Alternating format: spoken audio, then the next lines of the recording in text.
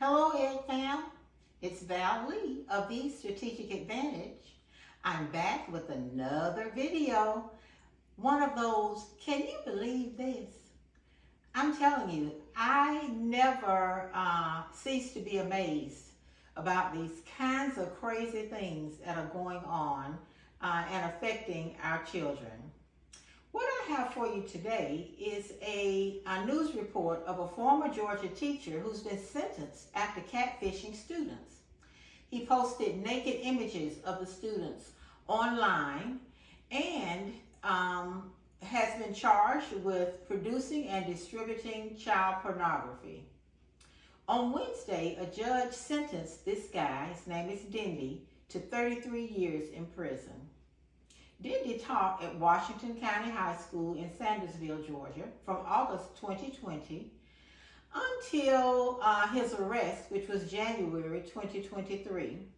He also taught at Griffin High School from 2018 to 2020. According to documents and statements that they referenced in the court session, the Washington County Sheriff's Office received multiple complaints in December 22 about child pornography being posted on social media on a platform called Discord. I've never heard of Discord, but if it's out there, it's on that internet. Investigators were informed that several high school students had their images posted there without their knowledge. Investigators determined that the Discord channel was created by an account later that was linked to this Dindy fellow. The IP address most frequently used to access the account was also tracked to Dindy's home. Dindy admitted to using the fake Instagram account and posting as a young boy or girl so that he could get to communicate with the underage students at the high school where he taught. He got them to send naked images of themselves. Investigators determined that Dindy never met with any of the children in person.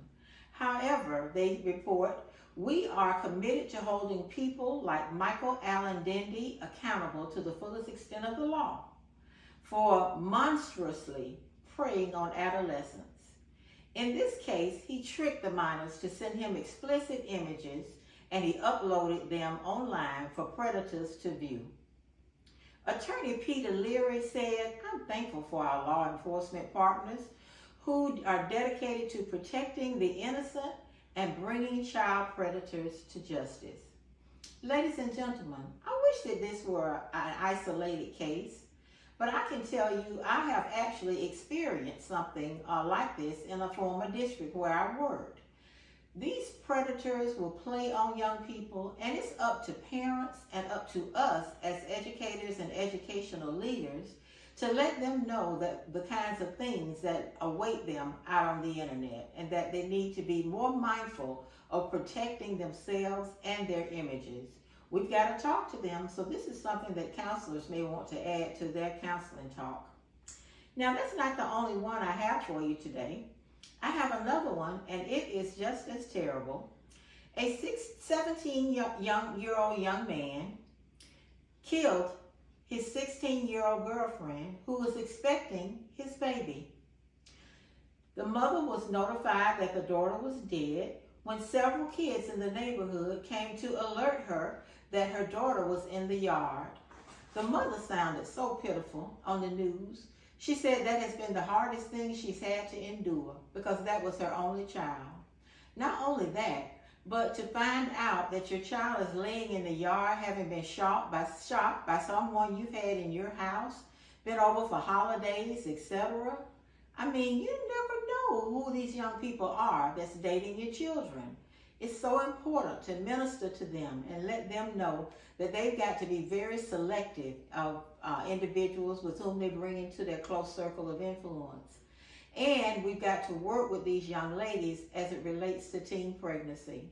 We've got to continue to minister to them and show them what awaits them when they don't use safe sex practices. Finally, I want to read something that I read I actually read this online today myself. And this is a note to parents. It's from a teacher, and the teacher reports that the problem in today's schools is not the teachers or the educators. This teacher reports it's the parents. As a retired teacher, I am sick of people who know nothing about public schools or have not been in a classroom recently deciding on how we need to fix our education system. The teachers are not the problem. Parents are the problem. They're not teaching their children manners, respect, or even general knowledge of how to get along with others. The children come to school in shoes that cost more than the teacher's entire outfit, but have no paper or pencil to do the work that they are assigned. Who provides them with what they need? The teachers often provide them out of their own pockets. When you look at schools that are failing, look at the parents and the students. Do parents come to parent nights? Do they talk to the teachers regularly? Do they make sure their children are prepared by having necessary supplies? Do they make sure their children do their homework? Do they have a working phone number where teachers can contact them when there is a need? Do the students take notes in class? Do they do their homework? Do students listen in class? Are they the sources of disruption? When you look at all these factors, I don't want to look at them. When you look at all these factors, according to this teacher, you will see that it's not the schools that are failing, but the parents. Teachers cannot do their jobs, and the parents' job too. Until parents step up and do their job, nothing is going to get better. What are your thoughts on these 3 stories that I shared with you? Can you believe this? I certainly cannot. I want you to make comments. Write something in the comments. What are you thinking? What comes to mind when you hear what I've shared with you? What can schools, educators do in instances like this? And what can we do to try to prevent instances like this? I will tell you that I can imagine a child that is,